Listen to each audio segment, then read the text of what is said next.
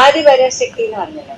അപ്പം ഈ ആദിപരാശക്തിയാണ് എല്ലാത്തിന്റെയും ഒറിജിൻ, തുടക്കം എന്ന് പറയുന്നത് പറയണേ. അപ്പൊ ഈ ദശമഹാവിദ്യ എന്ന സംഭവം തന്നെ വായിക്കാൻ.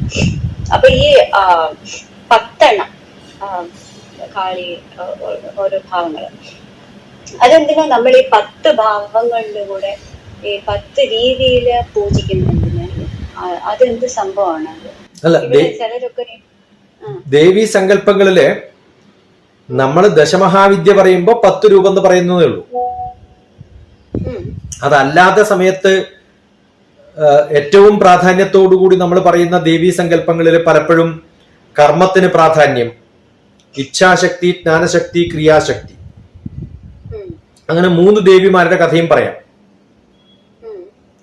അപ്പൊ ത്രൈവിദ്യ എന്ന് പറയുന്നൊരു വാക്കുകള് ബുദ്ധി, മനസ്സ്, ഈ പ്രകാരത്തില് അതിന്റെ പ്രാധാന്യം.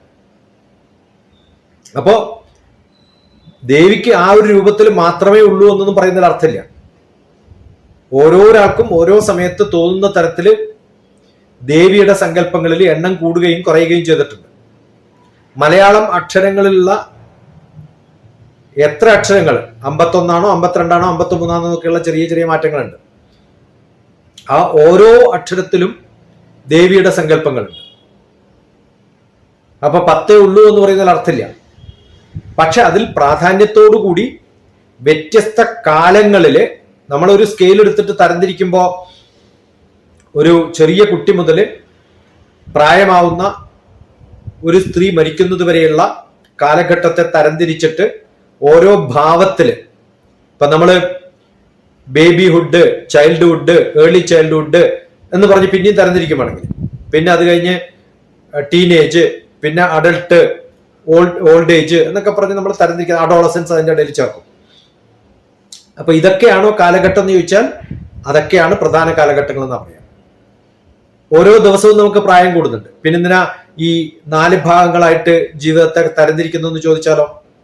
അതുപോലെ ഒരു ജന്മത്തിന്റെ വിവിധ ഭാഗങ്ങളെ തരംതിരിക്കുമ്പോൾ ഏറ്റവും ഭംഗിയുള്ള ഒരു ദേവിയുടെ സങ്കല്പത്തില് നമ്മൾ ആ ദേവിയെ കാണുമ്പോൾ പൂർണ്ണസുന്ദരിയായ ദേവിയുടെ സങ്കല്പത്തിൽ നമുക്ക് ഭഗവതിയെ കാണാൻ പറ്റും. വലിയ പ്രായത്തിലുള്ള ധൂമാവതിയുടെ നിലയിൽ കാണാൻ പറ്റും, പുകയാവാൻ പോകുന്ന ഒരു സ്ത്രീയുടെ കാലഘട്ടത്തിൽ, ഏറ്റവും പവർഫുൾ ആയിട്ടുള്ള സ്ത്രീയുടെ സങ്കല്പത്തിൽ. അപ്പൊ നമ്മുടെ ചിന്തകളിൽ ഒരു ക്ലസ്റ്ററിങ് നടത്തിയിട്ട്, അല്ലെങ്കിൽ ഒരു ഹമ്പ് ഉണ്ടാക്കിയിട്ട്, അല്ലെങ്കിൽ ഒരു ക്രോഡീകരണം, ഒരു ജംഗ്ഷൻ ഉണ്ടാക്കിയിട്ട് ഇവിടെ നിന്നാണ് ബാക്കിയുള്ള ചിന്തകൾക്കൊക്കെ പോകാൻ പറ്റുന്നതെന്ന് തോന്നുന്ന തരത്തിൽ ഇതിനെ സങ്കല്പിക്കുകയാണ്.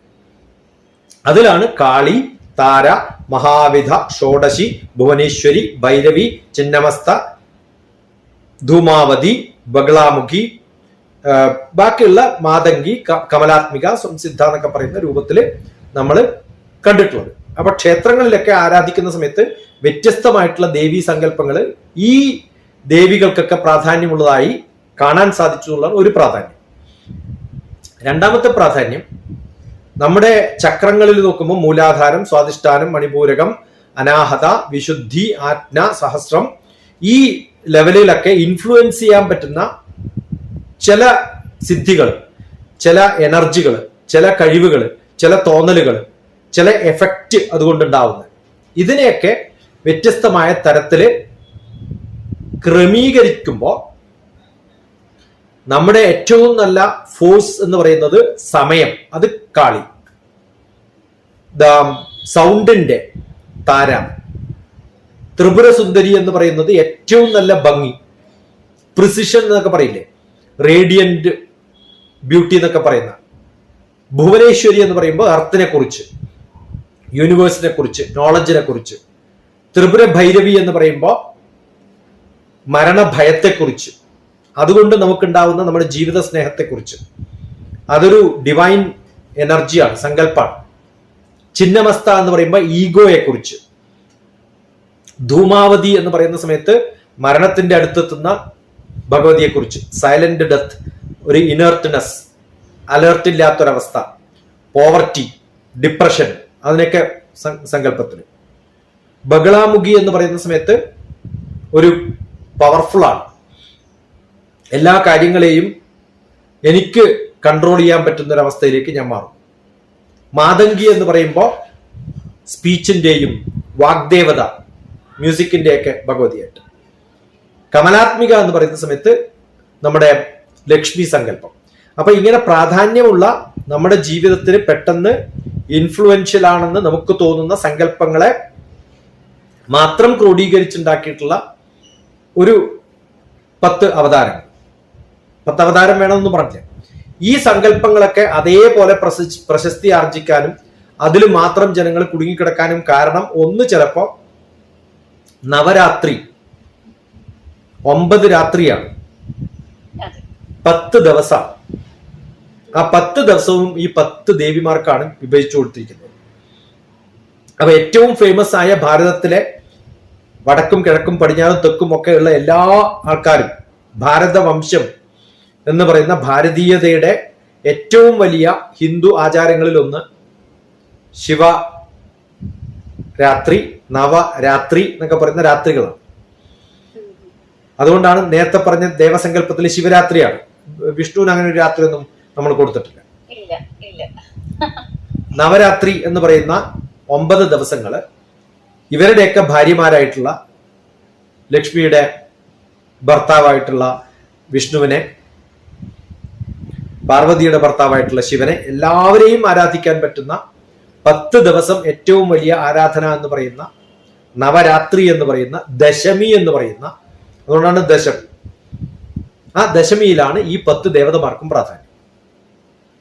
അത് നമ്മുടെ സങ്കല്പങ്ങളില്, നമ്മുടെ ചിന്തകളില്, നമ്മുടെ ആശ്ചര്യങ്ങളില്, നമ്മുടെ വേദനകളില്, നമ്മുടെ സന്തോഷങ്ങളില് ഒക്കെ പങ്കുകൊടുക്കുന്ന വ്യത്യസ്തമായ ചിന്തകളും തോന്നലുകളും ഒക്കെയാണ്. കുറേ ടോക്ക് ഉണ്ട് എന്റെ ദശമഹാവിദ്യയില്.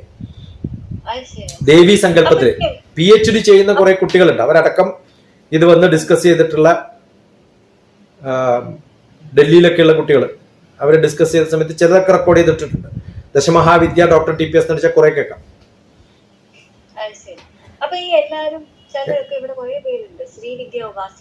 ഇതൊക്കെ അത് തന്നെയാണ്. എന്റെ ഒരു പുസ്തകമുണ്ട്, ദശമഹാവിദ്യ. It's available. അല്ല, നമുക്ക് ഈ മിക്കവാറും ആൾക്കാർ ചൂസ് ചെയ്യുന്നത് ആരെങ്കിലും ഒക്കെ ഗൈഡ് ചെയ്യുമ്പോഴാണ്. ഞാനും ഒരു ശ്രീവിദ്യ ഉപാസകന്റെ കൂടെ 10 ദിവസമൊക്കെ താമസിക്കുകയും യാത്ര ചെയ്യുകയും ചെയ്തപ്പോഴൊക്കെയാണ് കേൾക്കാനും പഠിക്കാനും ഒക്കെ സാധിച്ചത്. കേരളത്തിലെ ഏറ്റവും പ്രസിദ്ധനായിട്ടുള്ള ശ്രീവിദ്യ ഉപാസകന്റെ കൂടെ ഉണ്ടായിരുന്നില്ല. പിന്നെ അത് പഠിച്ചു. ആ സമയത്ത് ഒരു പുസ്തകം എഴുതി. ആ സമയത്ത് തന്നെ ഇതിനെക്കുറിച്ച് സംസാരിക്കാൻ കൊടുങ്ങല്ലൂര് ഒരു പ്രഭാഷണത്തിന് പോയ സമയത്ത് പ്രഭാഷക വരാത്തപ്പോൾ എന്നെ പിടിച്ച് പകരക്കാരനാക്കി. അന്നാണ് ആദ്യമായിട്ട് ഈ ശ്രീവിദ്യ ഉപാസകന്റെ കഥ പോലെയുള്ള രൂപത്തിൽ ഞാൻ പറഞ്ഞു തുടങ്ങിയത്. അപ്പൊ ദേവികളുടെ വ്യത്യസ്തമായ സങ്കല്പത്തിൽ അവരുടെ പ്രായം, ഞാൻ അന്ന് അവിടെ തുടങ്ങിയത് തന്നെ കൊടുങ്ങല്ലൂർ അമ്മയ്ക്ക് എത്ര പ്രായമായി എന്നാണ്.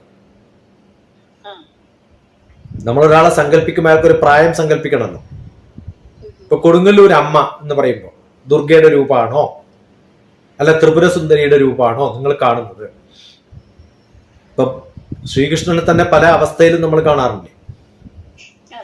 ഗുരുവായൂരപ്പൻ എന്ന് പറയുമ്പോഴുള്ള അപ്പന്റെ രൂപം അല്ലല്ലോ ബാലകൃഷ്ണന് കാണും. ഉണ്ണിക്കണ്ണൻ എന്ന് പറയുമ്പോൾ ഗുരുവായൂരപ്പന്റെ രൂപം ആരും മനസ്സിൽ കാണാറില്ല. അപ്പൊ അതുപോലെ ദേവിക്കും വ്യത്യസ്തമായ പ്രായത്തില് സങ്കല്പങ്ങൾ കൊടുത്ത് ഓരോ ഡിഫറന്റ് പവറും കൂടി കൊടുത്തു എന്ന് മാത്രം. അതാണ് ആ സങ്കല്പം. അവൈലബിൾ ആണ്. എന്റെ പുസ്തകം അന്ന് തുടങ്ങിയതാ. എനിക്ക് തോന്നുന്നു ഒരു 10, 15, 20, 25 കൊല്ലായി. അതുണ്ട്. പബ്ലിഷ് ചെയ്തോന്ന് അറിയില്ല. ഉണ്ടാവും, വരും, അല്ലെങ്കിൽ അടുത്ത് തന്നെ. അനൂഷ എന്റെ പല പുസ്തകം എടുത്തിട്ട് പബ്ലിഷ് ചെയ്യുന്നുണ്ട്. അപ്പൊ ഇതൊക്കെയായിരുന്നു എന്റെ കുറച്ച് സംശയം.